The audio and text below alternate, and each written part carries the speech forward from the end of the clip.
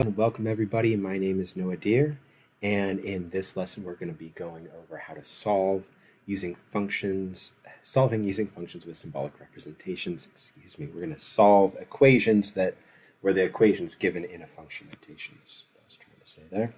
Starting this video off great. See, can't even get that sentence right. Okay, let's jump in. Example 1, let h of x equal negative 8x minus 5. We want to solve the following equations here. So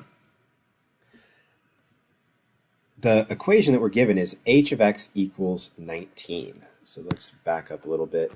We want to be solving equations. To solve is given an output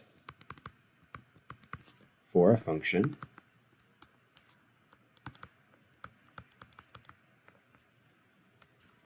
find the input. So this is to be compared to evaluating.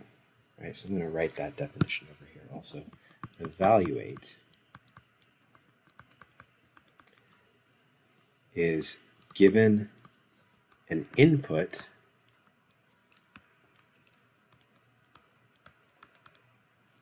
to a function, find the output.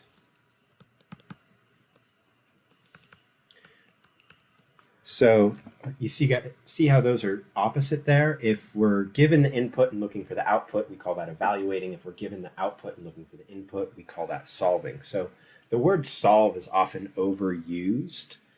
It doesn't just mean find the answer. It specifically is saying if we use the word solved in a formal sense, what we mean is you've been given the output and you need to find the input.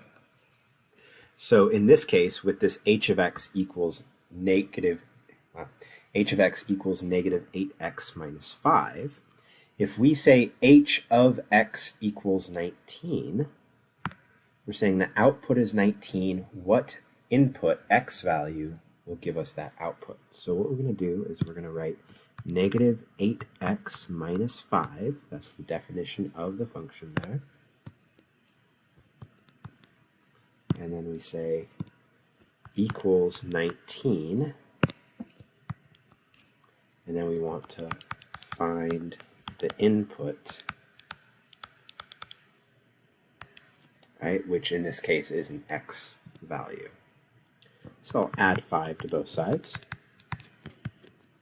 I'll get negative 8x equals 24. I will divide by negative 8 on both sides to get x equals negative 3. And since we're solving, we will write the solution set is the set containing the number negative 3. So anytime we solve in this class, that's going to be a standard. You always, even if it doesn't say it explicitly, if you solve an equation, you always use solution set notation. All right, this next one, h of x equals 7. So to find the input, we need to say, okay, negative 8x minus 5. If we take the input, multiply it by negative 8, and then subtract 5, we want to end up with 7, right? And we don't know what input we're using to get that 7 out, so we need to solve for that. So I'll add 5 to both sides. I'll get negative 8x equals 12. I'll divide by negative 8 on both sides. Here I'm showing it because it doesn't divide evenly this time, right? So we'll get negative, and then we can reduce that 12 divided by 8. 4 goes into both, 3 on top, 2 on the bottom. So negative 3 halves. X equals negative 3 halves. So the solution is negative 3 halves. What we're saying is that h of negative 3 halves will output the value of 7.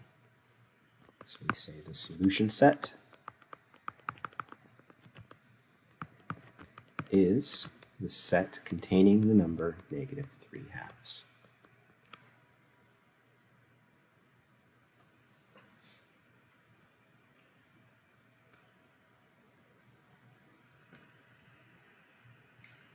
All right, for this next example, pause the video if you need to work that out a little bit more. Keep moving forward. Here we're defining k of x to equal 12 no matter what the input is. So no matter what x is, the output will always be 12. So if we are solving k of x equals 12, every x value, or input if you will, outputs 12. So we can say that the solution set is the set of x, so actually is the set of all real numbers. Right, so this symbol right here means the set of all real numbers. Any real number is a solution to this equation. And this is the same thing as interval notation, negative infinity to infinity. Every x value is a solution to this equation.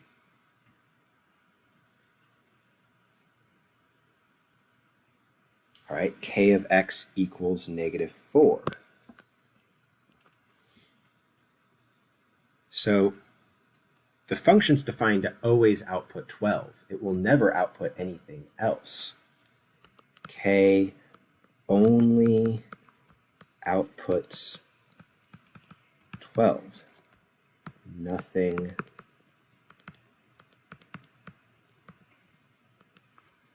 else. So there's no solutions to this.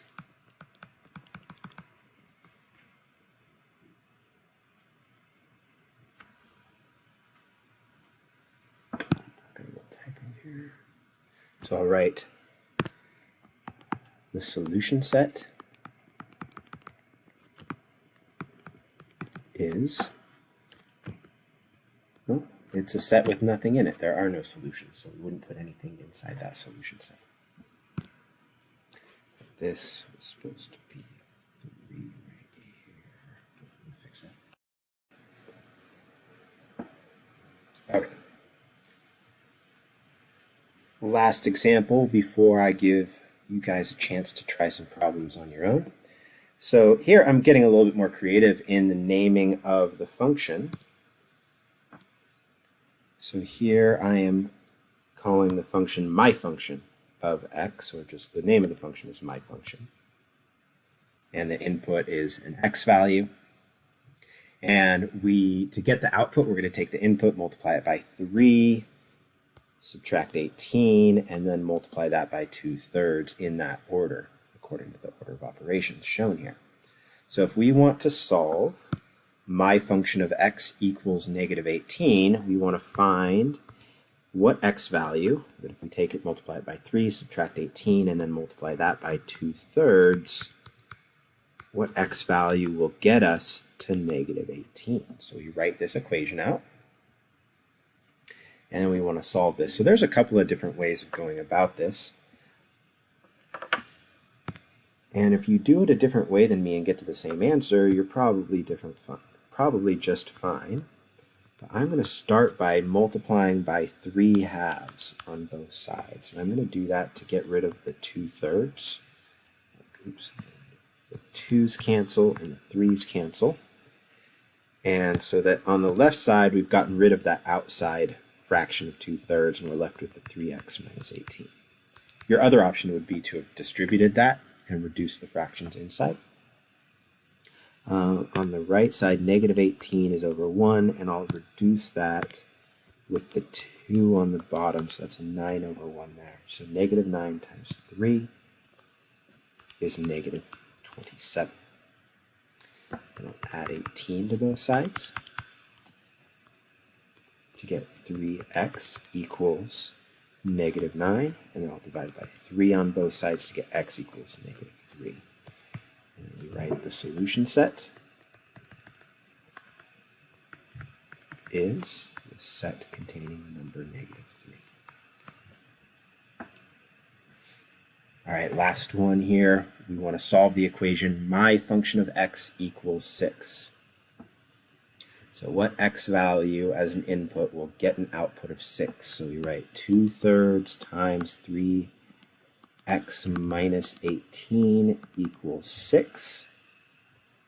And this one I'll do the other strategy just so you guys can compare and contrast. I'm going to distribute the 2/3 across. So 2/3 times 3, the 3's would cancel and we'd get a 2. If I do 2/3 times 18, that 18's over a 1. I can reduce the 3 to a 1 and the 18 to a 6. So then I get 2 times 6 is 12. So when I distribute, we will get 2x minus 12 from that arithmetic on the right there equals 6. I'll add the 12 to both sides. We'll get 2x equals 18 and then divide by 2 to get x equals 9. So I will conclude this problem by saying the solution set is the set containing the number 9. And call it a day. All right, everyone. Thank you so much for watching. Please pause, rewind, take some good notes on this, and then once you feel like you've got your head wrapped around it, give the Now You Try problems a shot. And in the next video, I will walk you through the solutions to those problems. Thank you very much, and I'll see you shortly.